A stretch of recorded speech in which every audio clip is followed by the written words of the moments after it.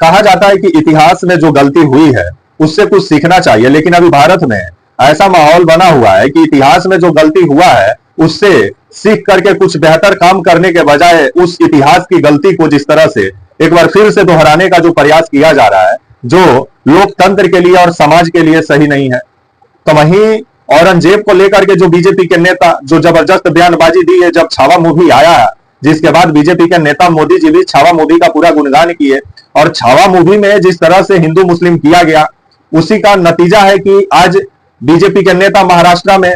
पूरे तरीके से हिंदू मुस्लिम करने में लग गए, और कुछ जो हिंदू संगठन है, बजरंग दल हुए चाहे और भी जो हिंदू संगठन है, जो जबरदस्त मतलब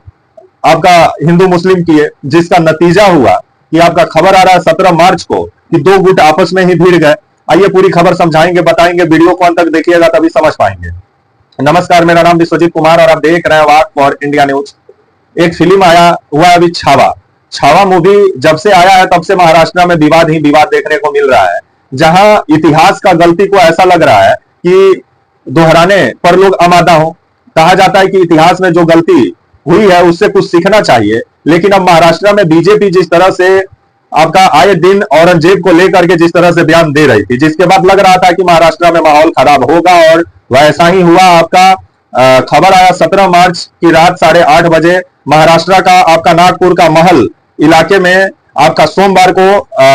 रात 8:30 बजे दो गुटों के बीच में हिंसक झड़प देखने को मिला, जहां कुछ हिंदू संगठनों के द्वारा औरंगजेब का पुतला जलाया गया और एक अफवाह भी फैलाया गया कि वहां धार्मिक किताब भी जलाया गया है, जिसके बाद से ये विवाद काफी तेजी से बढ़ा, जिस वजह से ये अफवाह जो था, जो धार्मिक किताब जलाने का जो अफवाह था वो काफी तेजी से फैला, जिसके बाद से ये जो इलाका है नागपुर का महल इलाका, यहाँ दो गुट आपस में ही भिड़ गए और जबरदस्त पथराव देखने को मिला। तो वहीं आग जाने की भी खबर आ रही है, तो वहीं 2 जेसीबी गाड़ी को भी फूंक दिया गया है, कई गाड़ियों में तोड़फोड़ किया गया है, जिसके बाद से बीजेपी के जो नेता है, बीजेपी के जो मुख्यमंत्री है देवेंद्र फडणवीस, उन पर भी विभिन्न सवाल खड़ा होता है। जिस तरह से महाराष्ट्र में बीजेपी हिंदू मुस्लिम कर रही है उसी का नतीजा है कि आज महाराष्ट्र में जिस तरह से भाईचारे के जगह अब दो धर्मों के बीच में जिस तरह से नफरत पैदा हो रहा है, जो समाज के लिए सही नहीं है। औरंगजेब एक क्रूर शासक था, इससे कोई इनकार नहीं कर सकता है, लेकिन जिस तरह से छावा मूवी में दिखाया गया है कि जो मतलब आपके जो पहले जो राजा महाराजा होते थे वो पहले मतलब धर्म को बचाने के लिए लड़ाई लड़ते थे, लेकिन ये आप लोगों को समझ में आना चाहिए कि पहले जो राजा महाराजा का जो टाइम था, जो भारत 563 विरासत में बटा हुआ था, जिसको सरदार वल्लभ भाई पटेल एक राष्ट्र बनाए, उस 563 विरासत जो भारत में था, जहां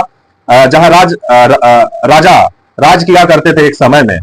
और जो राजा ज्यादा शक्तिशाली हुआ करता था तो दूसरे का राज्य को भी हड़पने का काम करता था। तो यहाँ धर्म का लड़ाई कहां से आ गया हमको समझ में नहीं आ रहा है। तो वहीं औरंगजेब जो था वो क्रूर शासक था, इससे कोई इनकार नहीं कर सकता है, लेकिन औरंगजेब एक शासक भी था, क्योंकि औरंगजेब के शासनकाल में बहुत ऐसे उसके जो सेना में जो लोग थे वो हिंदू थे। तो वहीं छत्रपति जो शिवाजी महाराज जी जो थे उनकी भी सेना में काफी ऐसे लोग जो थे जो मुस्लिम थे।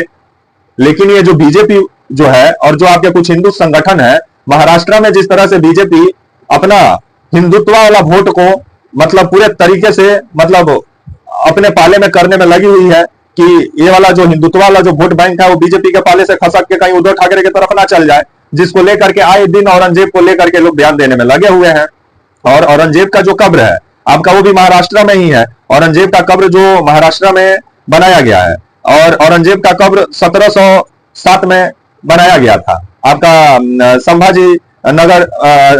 नगर में आपका महाराष्ट्र में, जहां मतलब काफी सिंपल कब्र है आपका औरंगजेब का, क्योंकि जो औरंगजेब था उसका कहना था कि उसका कब्र को काफी मतलब सिंपल तरीके से बनाया जाए। तो वहीं औरंगजेब जो है वो कब क्या किया क्या नहीं किया, उसके शासन काल में क्या हुआ, वो तो इतिहास में दर्ज है, लेकिन उस इतिहास को क्या हम लोग दोबारा दोहराना चाहते हैं? इतिहास में जो गलती हुआ है उससे सीखना चाहिए और सीख के कुछ बेहतर काम करना चाहिए।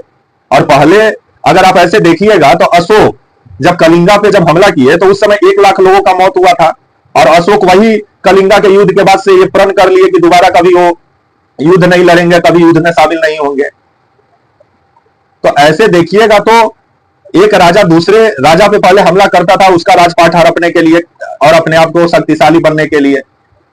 लेकिन जिस तरह से आपका ये जो छावा जो फिल्म है, इसमें जिस तरह से हिंदू मुस्लिम किया गया है, उसी का नतीजा है कि आज इस फिल्म के जरिए बीजेपी महाराष्ट्र में हिंदुओं को अपने पाले में करने में लगी हुई है और आए दिन बीजेपी के नेता उल जलूल बयान देने में लगे हुए हैं। और जो औरंगजेब किया वो किसको नहीं मालूम है। कुछ लोग बोलते हैं इतिहास नहीं पढ़ाया गया, तो जाइए ना लाइब्रेरी में जाइएगा, इतिहास को खोजिएगा, तब मिलेगा इतिहास। इतिहास एक खोज है। अब आप नट बोल्ट का पढ़ाई कीजिए, हाईटेक कीजिए, बीटेक कीजिए, सीटेक कीजिए, तब बोलिए कि हमको इतिहास नहीं पढ़ाया गया।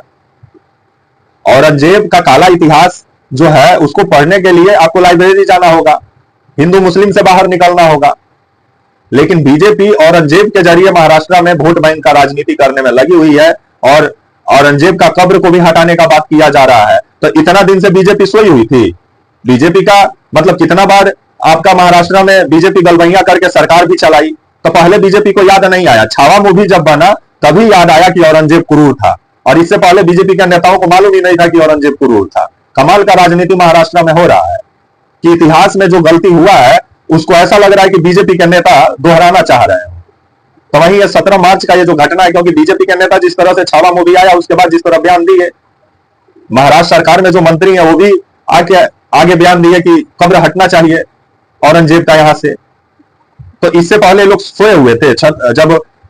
ये छावा मूवी आया उसी समय ये लोग को याद आया कि औरंगजेब क्रूर शासक था। इसे ही कहा जाता है राजनीति। मतलब भारत में औरंगजेब का कब्र आपका 1707 से बना हुआ है और बीजेपी को अब जाके मालूम चला है कि संभाजी नगर में औरंगजेब का कब्र है, इसको हटाना है।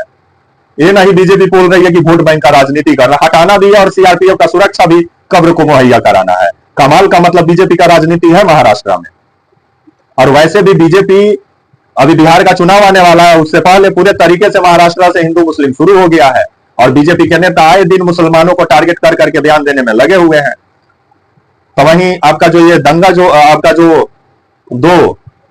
गुटों के बीच में जो झड़प हुआ है आपका नागपुर में, आपका महल इलाका बताया जा रहा है, जहां आपका औरंगजेब का पुतला जलाया गया, एक धार्मिक ग्रंथ जलाने का जो अफवाह फैला, जिसके बाद से पूरा ये जो आपका पथराव है ये जबरदस्त देखने को मिला नागपुर का महल इलाके में दोनों तरफ से। जिसके बाद से पुलिस वहां मौके पर पहुंची और खबर आ रहा है कि 50 से ऊपर लोगों को गिरफ्तार किया गया है और वहां बीएनएस की धारा 163 लगा दिया गया है और आईपीसी की धारा 144 लागू कर दी गई है। लेकिन ये बीजेपी के नेता अगर बयान नहीं देते, कुछ हिंदू संगठन के जो अपने आप को स्वयं भू घोषित किए हुए हैं, वो अगर बयान नहीं देते तो आज ये दो गुटों के बीच में झड़प देखने को नहीं मिलता महाराष्ट्र में। लेकिन कहा जाता है ना कि अभी बीजेपी जिस तरह से धर्म के जरिए वोट बैंक का राजनीति कर रही है, जो लोकतंत्र के लिए सही नहीं है। इतिहास में जो गलती हुई उसको क्या बीजेपी के नेता अब दोबारा दोहराना चाहते हैं क्या भारत में?